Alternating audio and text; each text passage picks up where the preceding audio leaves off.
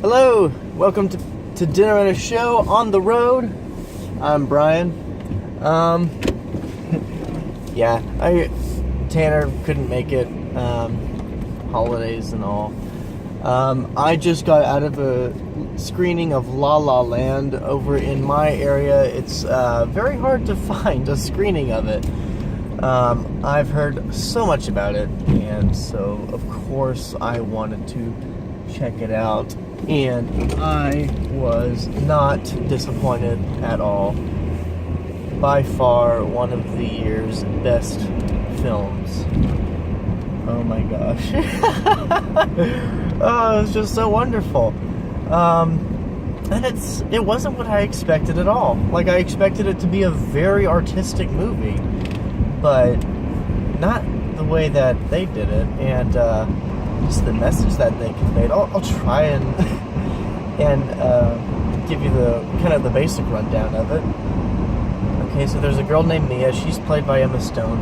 She wants to be an actress. She travels, I think, from New York to LA to try and pursue a career in acting over there. And she's struggling, and she's not having a lot of luck. And then on the other side, there's a guy. His name is Sebastian. He's played by Ryan Gosling. He is obsessed with jazz, especially the old jazz. And he wants to, start his own club someday. Problem is, jazz is, no one's listening to it. At least the kind of jazz that he loves and is passionate about, the old stuff. Only 90-year-olds listen to that stuff, apparently. So yeah, he's dealing with that problem, and he's passionate about the music, but no one else is. No one's listening to it. So they run into each other. Apparently, Sebastian just got fired, and that's kind of how they initially meet. Well, they meet towards the beginning of the film too. Traffic jam. And so they start to form a relationship, knowing each other's dreams and, pushing each other to achieve them. But they don't realize that, that may cause a rift in their relationship, because their passions don't align. So, yeah, and so, the story continues in that direction. What impressed me so much was just how this film started. I felt like I was transported right into the 60s or 50s, like right when musicals were in their prime. Like Mary Poppins, Hello Dolly, The Sound of Music, just the way it opened, like kind of the big numbers, but it was modernized a bit, of course, because the picture was clear. But like towards the beginning, like the opening credits, it felt very much like they used the font and the picture quality like Technicolor. It kind of looked like it was Technicolor. And to try and capture that sense of what made those musicals great. Not just the songs, but the look. The look of the film. It's like, my gosh, it was just fantastic. It's probably some of the most accurate depictions of musicals I've seen in a long time. You see a lot of films trying to replicate that. But not quite as beautifully as this one. It was terrific. I thought the performances were great. You had Emma Stone, Ryan Gosling at their best. Really, they have terrific chemistry together. They were in a movie called Crazy Stupid Love, and I think another movie. Can't remember which one it is, but it's obvious that they have terrific chemistry together. So they work well off each other, and we believe that they're in love. You have some other performances, but it's just not. They don't really get the spotlight. J.K. Simmons. Give him props for just picking roles. Not even big roles, but he realized the potential of this movie, and he decided to be a part of it. It was really cool. that he did that for the small amount of role that he got. I think he got no more than 2 minutes, and that's being very generous. Yeah, I mean, so they had like the music. The music in here was absolutely beautiful. I mean, this is probably some of the catchiest music I've heard, and I wish I could just, sing all the lyrics for you, but I mean, I just have to absorb it all in. I might buy the soundtrack, it was so good. I haven't heard this music this good from my first viewing since Frozen, which, I don't know, you're gonna chew me out, sorry, but I thought the Frozen music was really good, really catchy, this is like on par with Lion King in terms of like being able to listen to it over and over again. Moana was great. I mean, but initially I didn't, it didn't catch me, it didn't grab me. This music for La La Land grabbed me, and I was just like, wow, this is great. There's something special about this music. Now, I don't know if this is original music or not, but if it is, they're going to sweep the Oscars for the Best Original Song category for sure. I mean, wow. My favorite song in there was, I think it's called Audition on the soundtrack, The Fools Who Dream. It's a very beautiful piece. It's when Mia is auditioning for a role that would later change the course of the relationship. And I mean, this is going to be spoilers. I mean, it's been around. I think it's been in theaters, at least in limited release for a while, maybe a month or two. So stop right here if you haven't viewed it any further. Are you ready? Okay. They don't end up together in the end. They don't. And I thought that was a really bold move because, everyone loves them. I mean, sure, the husband that Mia marries towards the end of the movie, he seems like a cool guy. And he seems, matched with passions and stuff. But, yeah, they don't end up together. I mean, you can tell that they've been inspired by one another. That being together has helped them define their careers. Or at least define what they did. But, they don't end up together. Sorry. I thought that was a really bold move because it's realistic. I mean, over time they realized that their passions just didn't align with their relationship. I mean, if they wanted to pursue the relationship together, then they were going to have to give up their dream. You kind of saw that towards the first or second act of the movie. Ryan Gosling's character, Sebastian, he is playing music with the band, and they're being real successful. He has a steady job. He's making money. He's able to make ends meet. Finally, Emma Stone is, sort of making it, but not quite. But she's definitely not happy that Sebastian's made the decision to do this because it's not what he wants to do with his life. He wants to have a nightclub, and he's not doing it. Because he's thinking about going on tour with these guys for maybe 2 years at least. So, yeah, she wasn't she's not very happy about that, and and then she gives up on acting for a bit because she doesn't, she's tired of being beat down. She's tired of not getting a part. She's done it for years.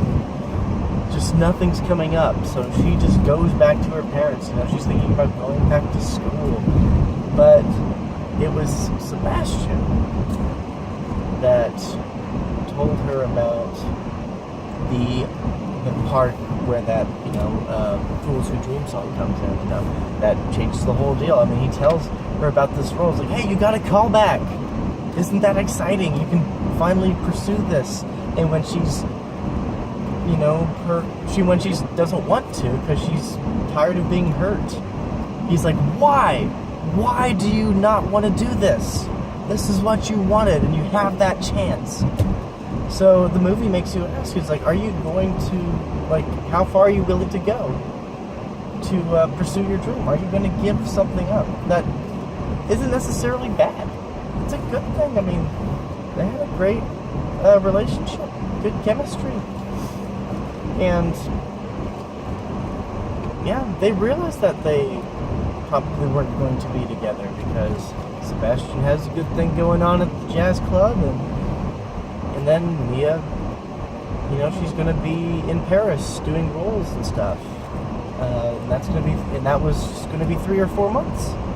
So I mean, the relationship just wasn't going to work. Something had to give.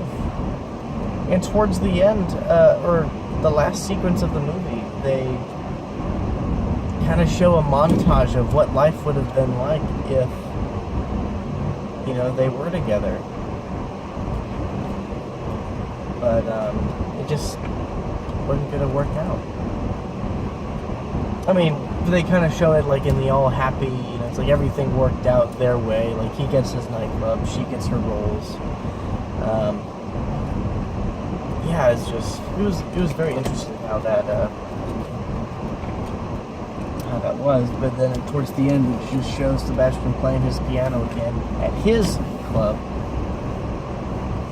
where Mia and her husband are watching at the end. And it was very